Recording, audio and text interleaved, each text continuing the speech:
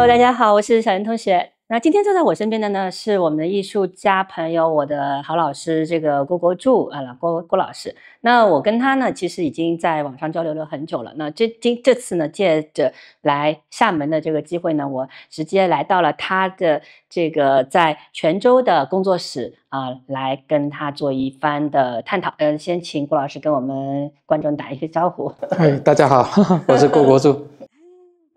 郭老师呢，他从事这个艺术啊，创作啊，包括以摄影为主的这个艺术创作已经蛮久了。但是我们在看那个您的这个简历的时候啊，会发现说，哎，原来郭老师是理工科毕业，算机械是吧？对，机械设计，工科吧。工科哦，算工科。那毕业以后，后来开始从事艺术创作，这个跨度其实很大。我们一直是很好奇，你是怎么转过去的？因为刚开始就是喜欢，上大学的时候就开始喜欢拍照片。喜欢拍照片的时候，边拍照片，反正就是一直是一个在玩的一个状态吧。后来是到了厦门工作的时候，开始跟还有一些朋友。他们对社会问题很关注然后我们经常在聊社会问题，后来就渐渐的把摄影的一些关注点就关注到这些我们聊的话题上面去。就是把你们讨论的话题和摄影相结合起来。对，就我之前其实没有那么关注社会问题，但是我有一位朋友超级关心社会每天都跟我聊这些事情然后聊着聊着，我觉得这个事情还挺有意思的。后来也因为自己的一些原因，就比如说像08年的时候，我们家开始在考虑要不要买房子的时候，那我压力好大。我觉得我朋友之前一直说，你不关心社会问题的时候，社会问题就来关心你。有道理。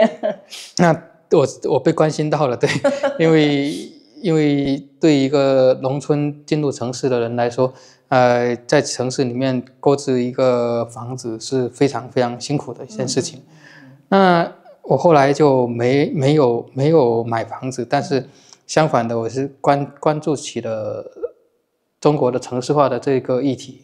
是因为买房子这个事情，你开始关注城市化的这个事情？对，因为当时我觉得我需要寻找一个东西去释放我的压力吧。那就是用摄影去关注这件事情。09年第一次辞职想全职做摄影的时候，我发现我用接单还有其他方式我都养活不了自己。所以呢又灰溜溜的去工作了3年。后来因为这次的工作跟摄影有些关系，就在杂志社当图片编辑。也是摄影师。然后这样慢慢就会有一些相对有一些资源上的积累那就开始慢慢能接到单子了。那就后来转过来的时候就还好，就是运气还好，就养活自己了，到现在没饿死。所以一开始的时候就是介入到摄影的专业创作领域，其实是从商业摄影师开始做的。也有一些是商业摄影也有一些是其他的方面的一些委托拍摄，就慢慢的就能够在上面理顺了。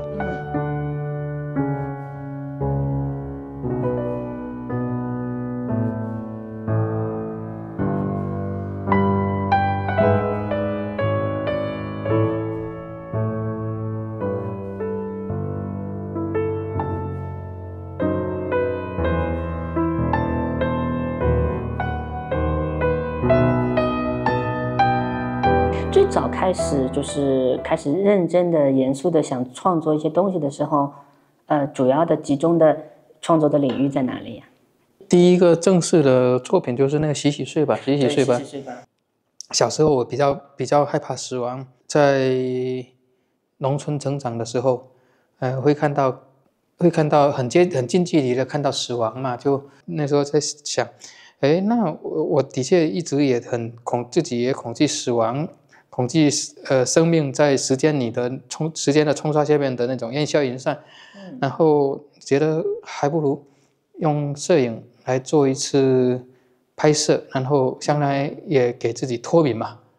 当天那样讲起来，我第2天就开始着手去钉一个相机，自己用木头钉了一个针孔相机，去拍摄这个长时间曝光的睡眠，因为人在睡眠的时候，在时间的这个冲刷下面，他在床上可能有动什么的，然后最后从照片上呈现出来的就是周遭的这个环境，因为没有动，所以都是清晰的。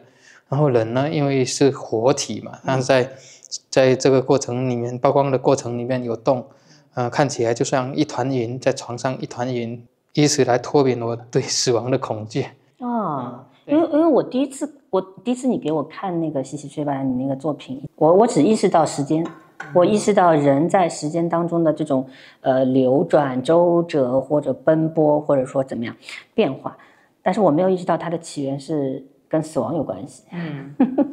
因为我害怕死亡，那时候小时候很怕死吧。我觉得很多小朋友可能都会有这样的遇到这样的问题啊。那随着年龄推进，总是要去接受和正向的去面对它。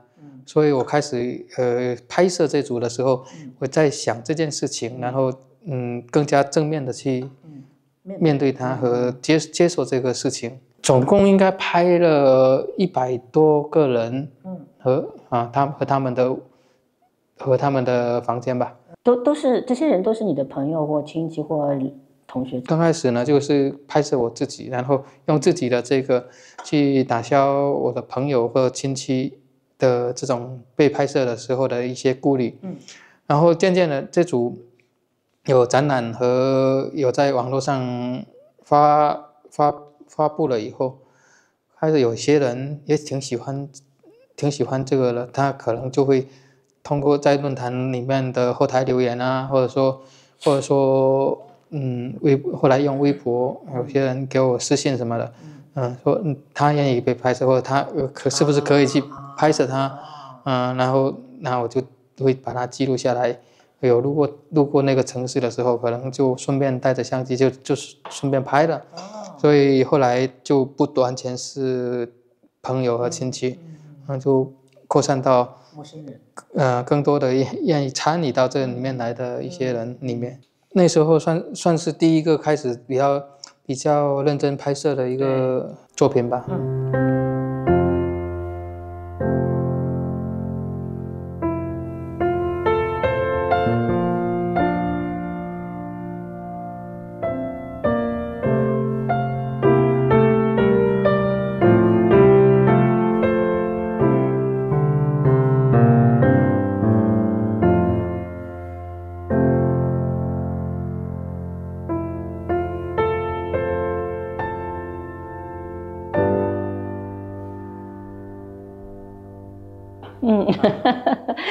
所以其实你的创作就是空间这个主题成为你的这个主要的这个创作主线索，它一直在吸引着你去往更深更大的这个范围去讨论，因为我会发现你这个创作的这个讨论的空间越来越大了，对不对？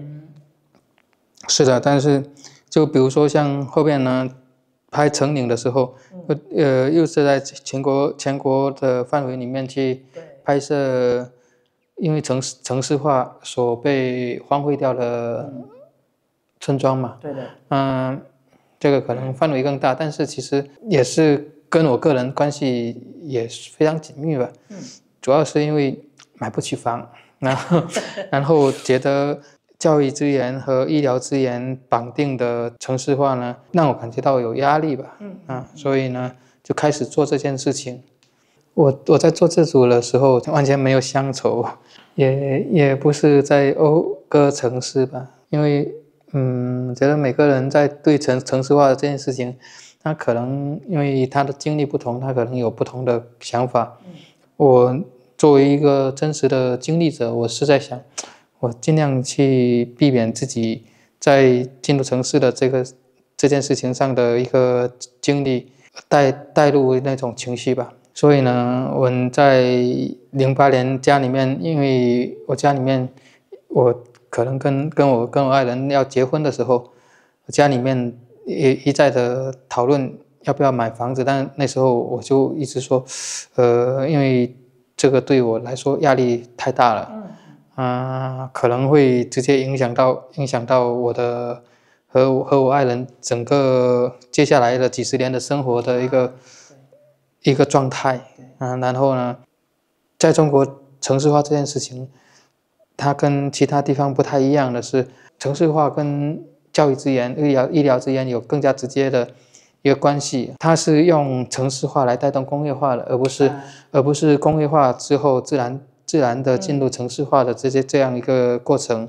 所以呢，大家受到的这种压力上面，经济压力上面，会更大。所以呢，我就开始在关注城市化这件事情，然后开始用摄影去，真的开始在拍摄的时候是2014年开始，那时候正好浙江萧山在做，有2个村子，1043栋房子一起拆掉，然后推掉以后就地城市化，正好邀请我去拍那个2个村子，他们邀请我去拍，然后我就开始了做这件事情。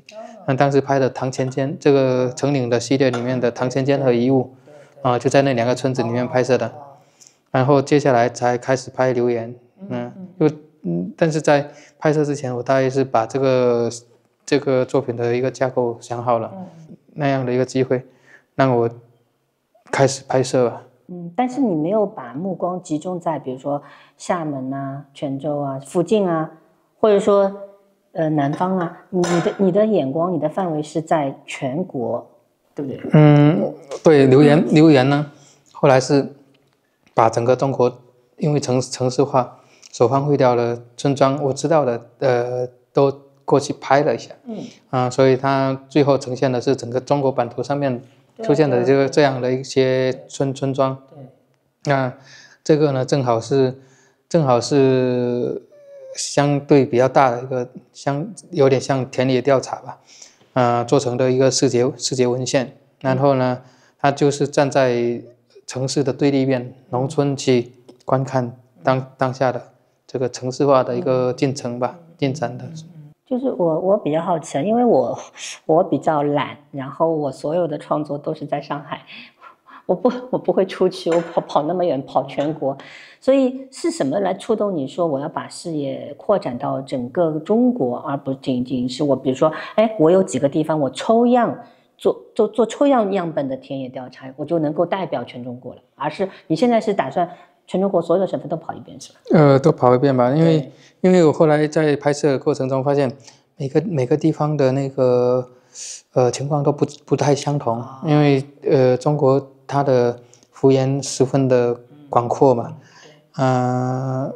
然后南北的差异、东西的差异，它其实是非常非常大的，然后它的经济社会，人的状态，这些都差异非常的大，所以呢，后来我是希望能够把整个的中国都完整的做一遍吧。现在做到差不多了，只剩下西北的几个三个省份还没做，其他的都跑遍了。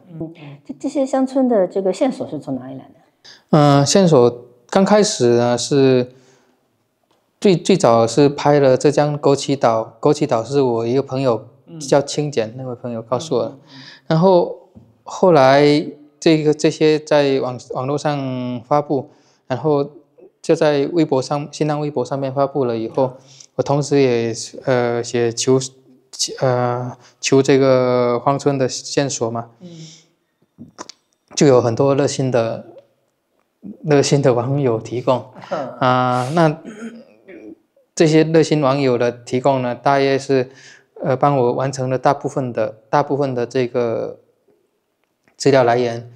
那些村子其实都是在基本上都是很荒僻的地方，或者说是很偏远的地方。然后你一个人开车过去，有碰到过危险或困难吗？我觉得没有什么危险和困难，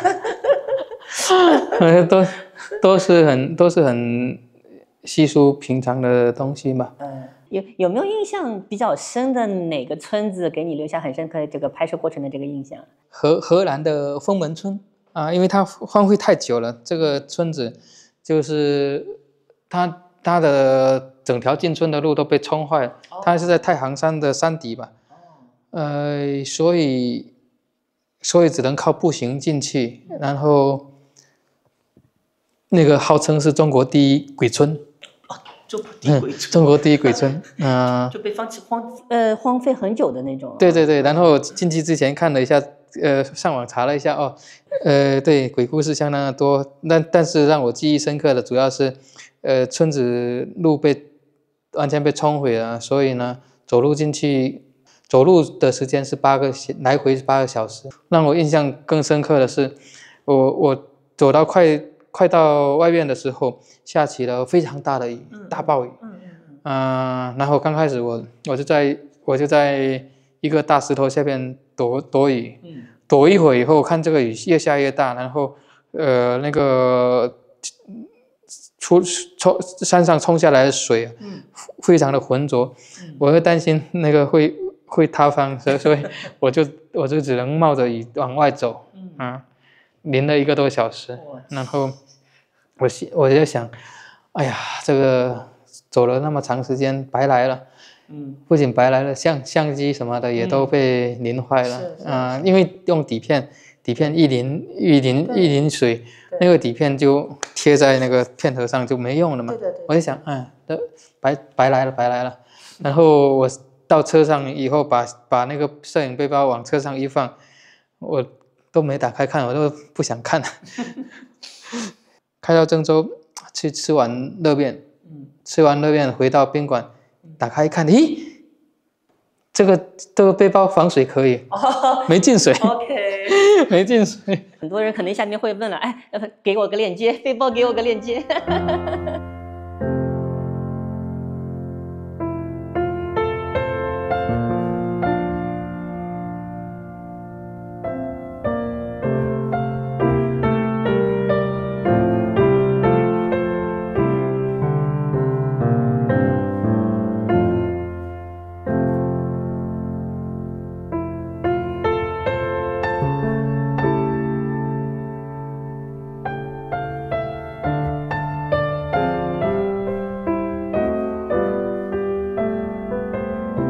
那我们回到那个最初艺术的这个话题啊，就是说你现在也从事了很久的这个艺术创作、摄影的创作，你有没有想过一个问题？我也经常问人家，就是摄影或者说大一点艺术创作，那对你意味着什么？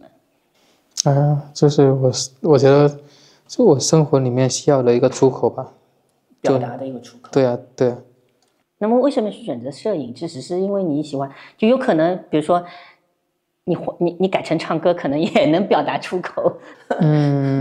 因为像摄影在这个艺术的门类里面，我就觉得它是跟现实世界关系最紧密的一个媒介，它比起绘画，比起那个书写这个可能跟现实世界的勾连会更加紧密。然后我老师在讨论的这些问题或者关注的这些问题，也都是现实世界带给我的这些问题，所以呢我可能就会比较倾向于用摄影来表述或者作为一个出口的话，它是个很适合的媒介吧。就是说有那么多的选择然后你为什么是选那个古老的比较复杂又很沉重的大画幅去做创作？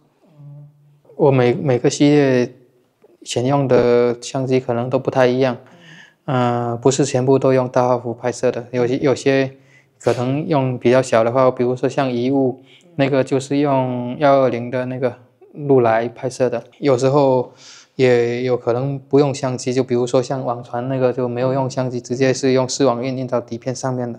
然后像留言那个系列，留言和唐钱坚当时用大画幅呢，是因为我当时想用希望我的这个照片的这个空间跟观看的人的身体有一定的能够有一点点空间的能够进入，需要大约是那么大的一个展示尺寸。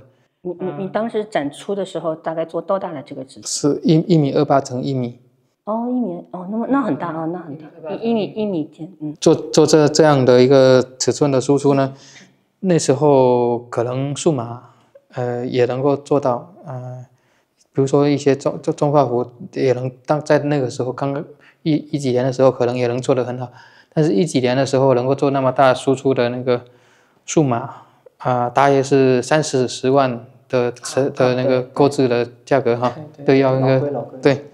那我手上正好有那个那台机器嘛，那台大画幅嘛，比较便宜，所以我是从成本上考虑的。对，就是机器，我不是很看重机器，我不想用那个什么大画幅摄影啊，或者说胶片摄影啊去限制自己的创作。因为我觉得那个的讨论对我的这几个作品，它不太不是主要的嘛，所以我一般也不会去讨论器材。我一直就很好奇，因为我以前是做写作的嘛，然后你转换到那个视觉的那个表达上面来了以后呢，它的那个语法、语言的元素、它的修辞方法、节奏和写作文本写作其实是很不一样的。但我觉得很一样。很一样吗？我觉得特别一样。为什么呢？就比如说你写作的时候，你可能首先是确定有一件事要说，对不对？然后你去找你的文体，诗歌、散文、小说、戏曲然后找修辞，对不对？就比如说我要拍这个，那我拍照片也是啊，我关注某件事情、某一个议题，好，然后我去找合适的器材，然后找用合适的工艺，对吧？就比如说用现在的这个彩色负片呢，还是用黑白的呢？然后还有各种各样的古典工艺可选择呢，还有数码，有胶片之分呢，七七八八的这些虽然都是那个，但是其实这些也都是修辞嘛，对吧？那你找到合适的文体，然后合适的表述方式，合适的修辞嘛。但慢慢的，其实我后来我不太喜欢太多修辞，所以可能我会在比如说做程式化这件事情，那我可能就用当下最普遍的，就是正常的一个彩色的摄影，对吧？拍洗洗睡吧的时候，我在刚刚开始拍的时候，我觉得最普通的房间，那时候就会觉得哇，我可能还可以再找一些更加特别的房间去拍摄，拍摄这样。但是呢，等我这个事情过了10几年以后，我回头去看的时候，我发现当时最普通的房间，过了一段时间以后，我就觉得这才是当时最具有当时的特点的一个它里面的这个家具窗帘呀、摆设呀、被套的床上用品啊，都是有时代特征的。对，就有那个时代的特征。今天如果你发照片给你的朋友，你可能会选择稍微美颜一下，然后美颜一下呢，你今天发的时候你就觉得是挺开心的。今天同时如果有一个朋友拍了你一张很完全没有美颜过的照片，你会觉得嫌弃，怎么是这样？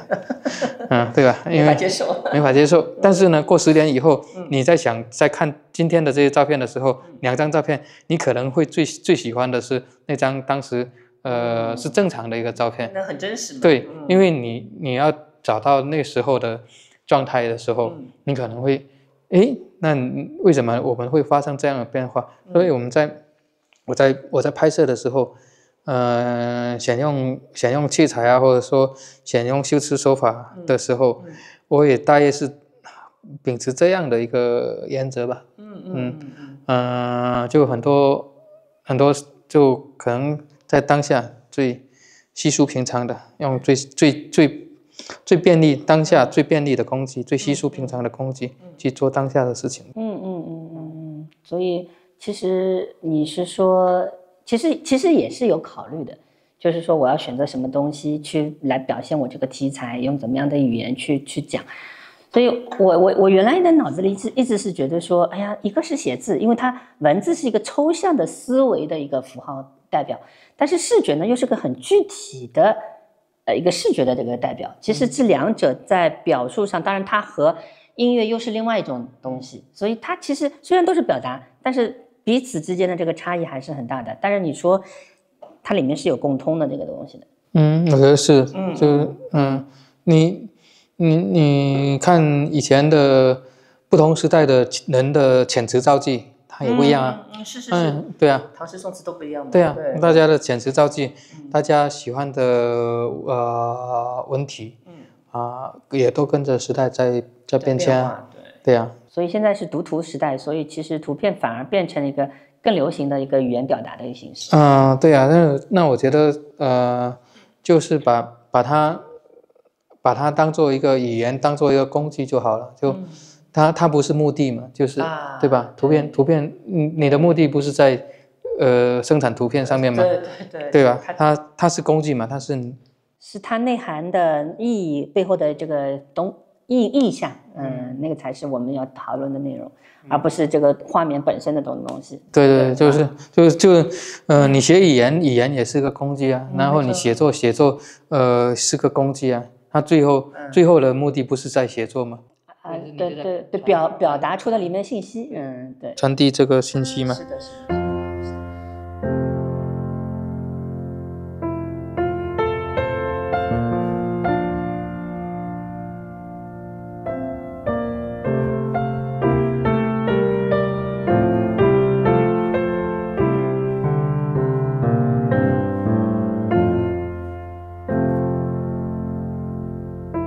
那我碰到很多的年轻的，就是想从事做创作为生的这个小朋友们啊，他们以前也是经常会有一个很大的困惑，就是艺术家到底是靠什么活着？靠什么来谋生的？怎么活下去？不灭的信念吗？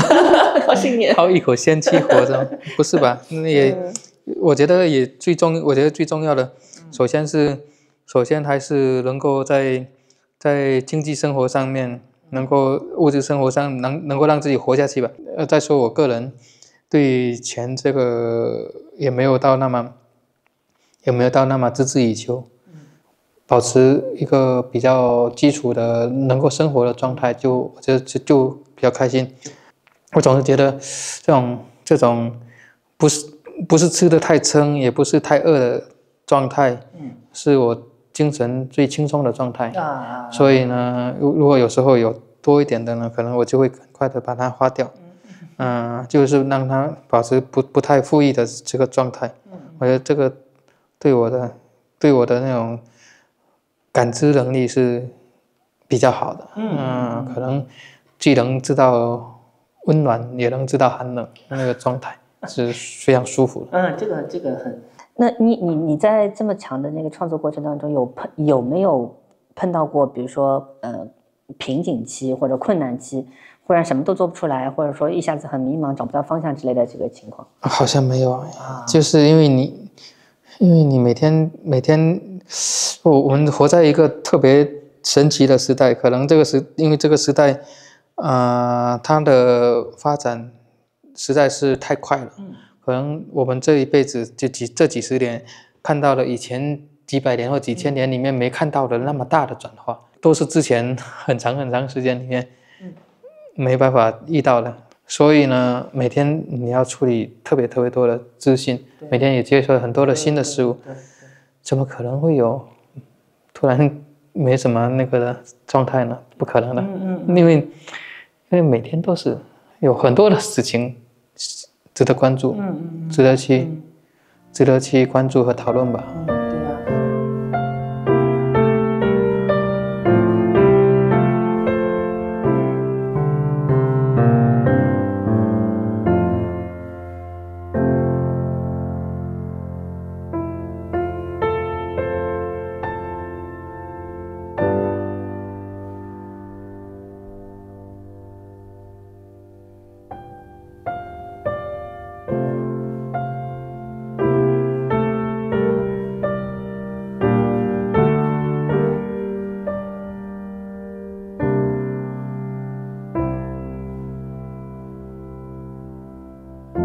最后我想就是，作为一个已经长期创作的一个艺术创作者来说，你有没有什么，比如说忠告啊，或者说建议啊，给到那些刚刚在艺术创作门口徘徊或还没入门，或者说准备要入坑的这些年轻人，有什么建议和提醒吗？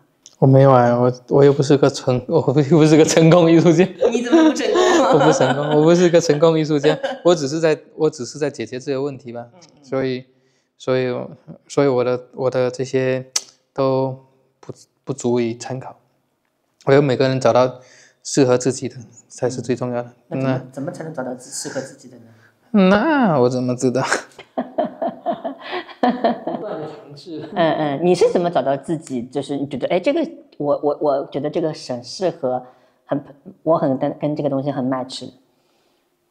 那就是看你自己关注什么事情。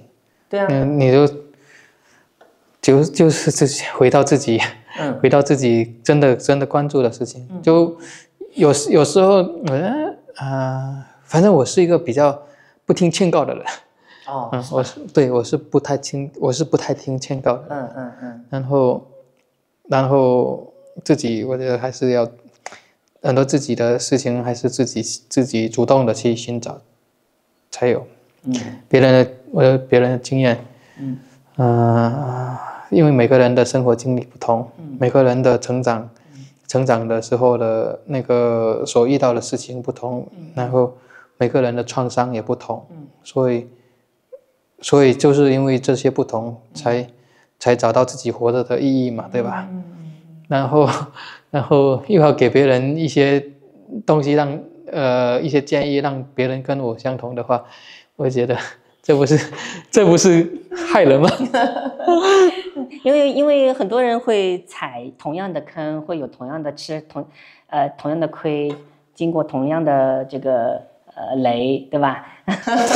那不是踩坑也是人生财富啊，也是经历之一，是吧？踩坑不也很重要吗？踩坑难道不重要吗？就是因为每个人活在不同的这种快乐和痛苦里面，然后才显得与别人不同，才显得自己的生命是有价值和意义的吧。是，这点我很认同。对，每个人都是独特的一个经历，所有的人都是独立的个体，他的情况都不一样，所以呢，并没有一个万能的这个准则和建议适用到所有的这个人的身上，因为他只能根据自己的这个情况去挑选自己的路，去走自己的这个人生。你想想，拿别人家的钥匙来开你家的门，开的话，你家的门要不要换？要换。所以我觉得，对吧？大家自己去给自己适配钥匙嘛，不要。是啊，我相信很多年轻的创作者，他其实也是在寻找自己人生的钥匙，这个也是一个很重要的一个人生命题。所以对自己是未来有一个什么愿景吗？未来是未来的事情，为什么要在现在去烦恼？未来有些人野心勃勃，或者说有个宏大的这个理想和目标，我一定要去实现，我变成一个什么样子。明天的事情是明天的事情，过去的已经不可以更改，未来的我也没法决定，所以没有操那么多心，所以过好当下就可以了。我不是个操心的人嘛，对，不是个操心的，看出来了。所以这样的你才是我觉得是能够创作出这样的作品的。你就每个人，所以他的作品我就能看出来，他是个怎样的一个性格，一个怎样的一个调性。还有什么想说的吗？没有啊，喝酒。喝酒。谢谢。